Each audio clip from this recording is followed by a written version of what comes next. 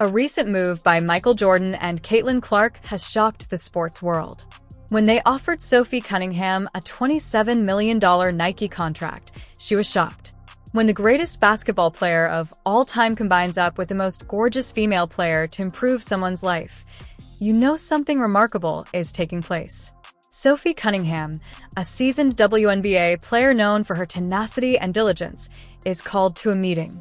She expects a typical discussion about the plays or team tactics for the next season. But then Michael Jordan shows up. In fact, Caitlin Clark, a rookie sensation who has been adding to the sports world, and Michael Jordan. Sophie's reaction when they told each other the news was priceless. $27 million from Nike.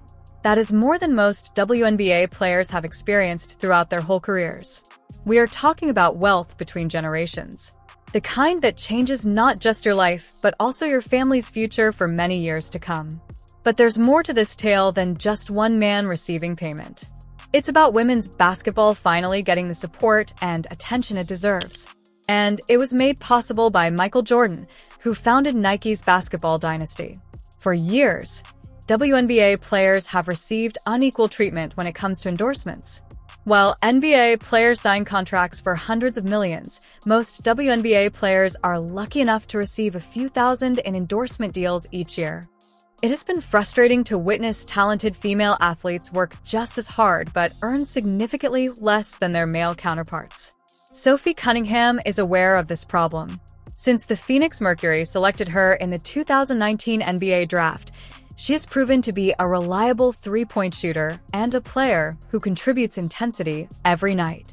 The previous season, she scored 8.2 points per game and made 37.8% of her shots from beyond the arc, excellent numbers for any team. But being a great basketball player hasn't always equated to getting a big endorsement deal. Sophie might have some local sponsorships and a relationship with a smaller sports firm, but nothing that would make you rich. Then Caitlin Clark appeared and changed everything. Declaring that women's basketball was ready for prime time, Clark did more than just sign with the WNBA. The door was kicked down by her. More people than ever before started to watch her game. Suddenly, those who had never watched women's basketball were paying attention to see what all the hype was about. When Nike discovered this, they knew they had been sleeping on a gold mine. Clark was drawing TV numbers that were on par with men's games, selling out venues, and creating social media buzz that marketing executives could only dream of.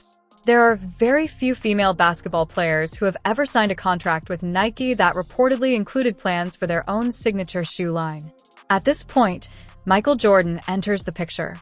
In addition to being a retired athlete who hoards money, Michael Jordan is still heavily involved with the Jordan and Nike brands and has a keen interest in women's basketball.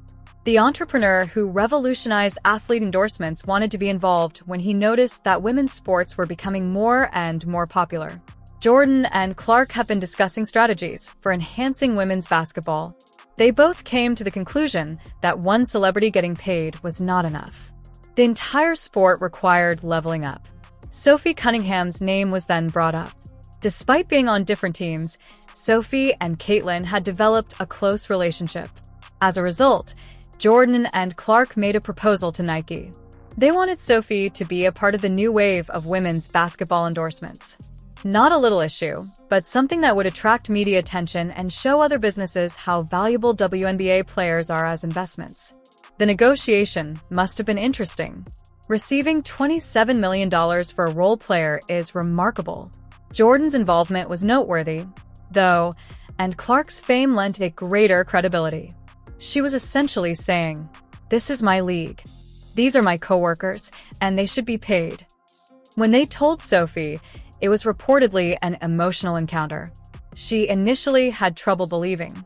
The agreement includes cash as well as marketing campaigns, signature apparel, and opportunities to grow her brand globally. We are talking about Sophie Cunningham's potential for fame. Nike's investment in Sophie is a message to other companies. You don't have to be the biggest celebrity to be worthy of a high income. Role players, veterans, and those who keep teams cohesive are all important. This could help a lot of other players that have been overlooked for far too long. Think now how important $27 million is to Sophie Cunningham. The highest wage in the WNBA is roughly $200,000 per year. Even if Sophie played for 10 more years at the highest wage, she wouldn't make nearly as much as she would under this Nike contract. The purpose of this money is retirement. For many years to come, this will ensure the financial stability of your family. There have been rumors that other companies are reevaluating WNBA players. How much would Adidas, Under Armour, or New Balance be willing to spend on other athletes, considering that Nike is willing to spend $27 million on Sophie Cunningham? The market opens all of a sudden. For the Indiana Fever, having a player with this kind of endorsement deal is crucial.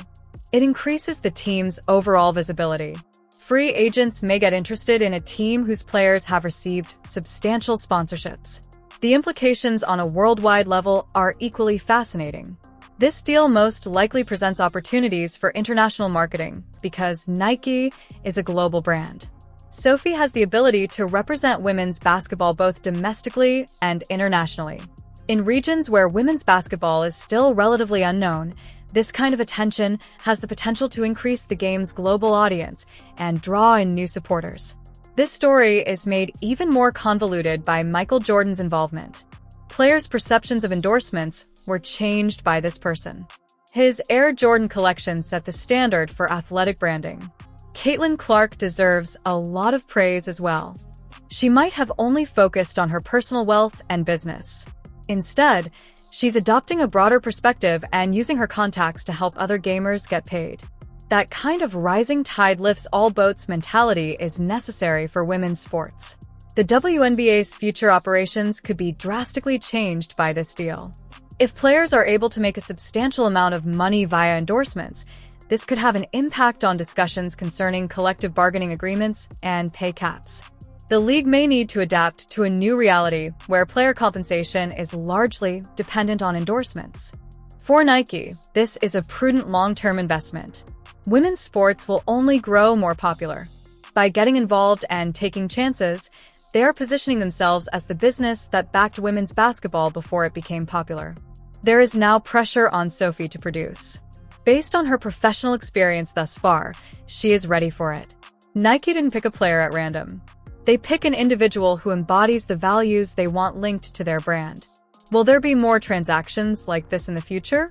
Will additional former celebrities follow Jordan's example and invest in women's sports? Will Sophie's success encourage other businesses to take a chance on WNBA players? Basketball for women will never be the same. That much is for sure.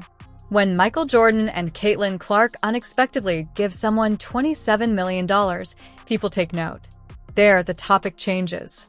A young girl practicing her jump shot realized all of a sudden that her dreams are far more valuable than anything anyone had ever taught her.